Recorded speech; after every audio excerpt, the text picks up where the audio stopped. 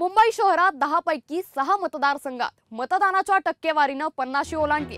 माहीममध्ये सर्वाधिक 55.23% मतदानाची नोंद करण्यात आली आहे, तर 5 वाजेपर्यंत कुलाब्यात फक्त 41.64% इतकं मतदान झालंय।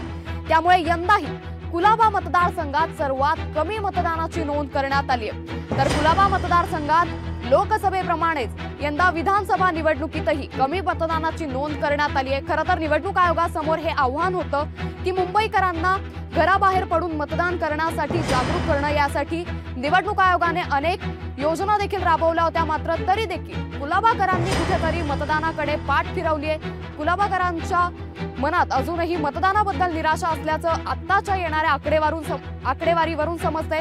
मतदानाच्या प्रक्रियेसाठी अवघे काही मिनिटं शिल्लक उरली आणि त्यातच या संदर्भातली आकडेवारी सध्या समोर येते। मुंबई शहरात 10 पैकी 6 मतदारसंघात मतदानाच्या टक्केवारीनं 50 ओलांडली आहे।